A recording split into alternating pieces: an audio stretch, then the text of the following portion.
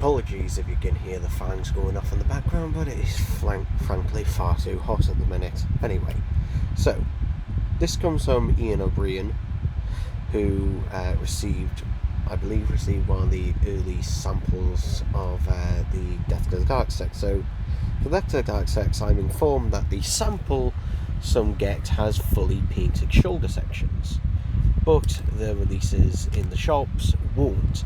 Even the eye stalk isn't right. The earlier releases had the correct paint.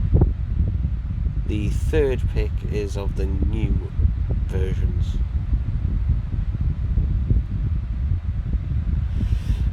Okay, so here in the corner we've got the new versions. Interestingly, they've got each other's guns than what the one that is going to be released in the shops have, which is interesting. You can see, particularly here, the original releases here. Obviously, this one here is the sound effect variant, and that one is the one that was released with the third Doctor back in, I think, 2009. I do actually have both of these figures. But yeah, for these ones, the eyes look to be incorrect, because the eyes have been very inconsistent between them. But the thing is, these still look better even if the eyes are not, fully painted correctly and everything. Now, it's interesting why this is the case. I still don't know why this is the case. A lot of people have been arguing that it's a budgetary thing.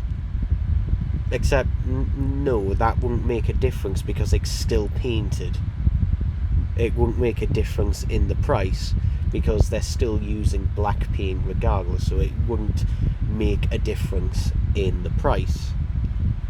If it was something that wasn't painted at all, like aka the ball joints, that's the reason why the ball joints aren't painted anymore, is basically to save that little bit more money.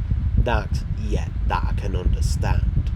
But yeah, it's weird. Some people who have been receiving these, and you can tell they're the newer ones as well because of the slacks, the shoulder section. But this one, is interesting because they've got each other's guns that the packs have, so it is interesting.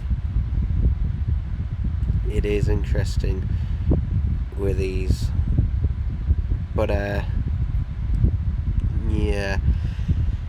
It just makes me also wonder that perhaps, and there's a chance of this, that maybe there are a few factory error ones out there in B&M, because it is possible, that have factory errors, but ironically would actually be more accurate in terms of like this bit being fully black.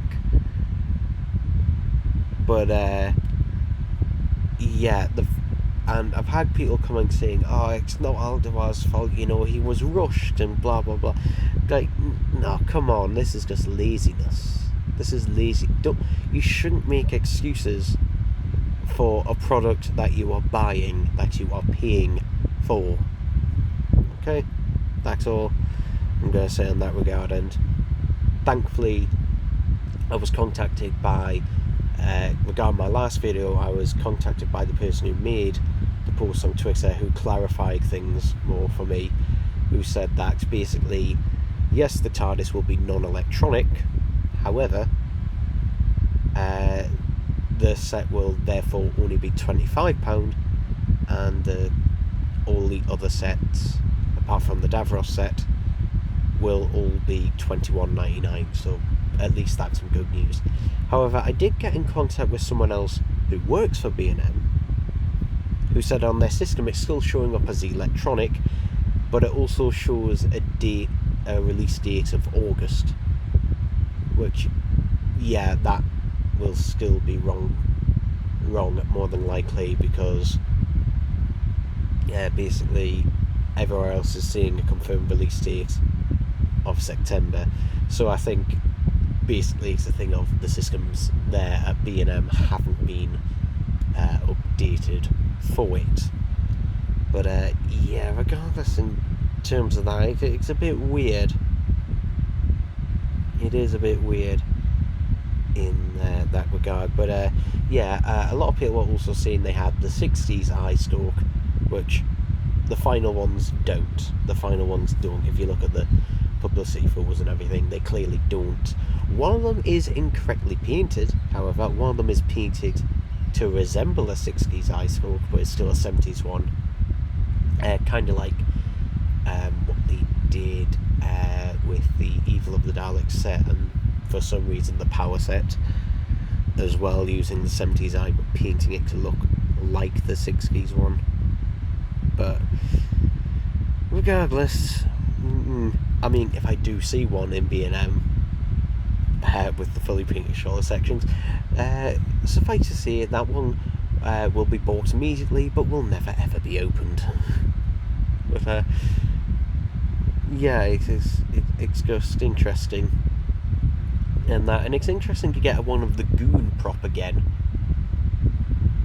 Yeah, it's interesting to get one of the Goon prop from the story without the overall on it. But there we go. I guess there's not really much else to see on that, but yeah, there we go.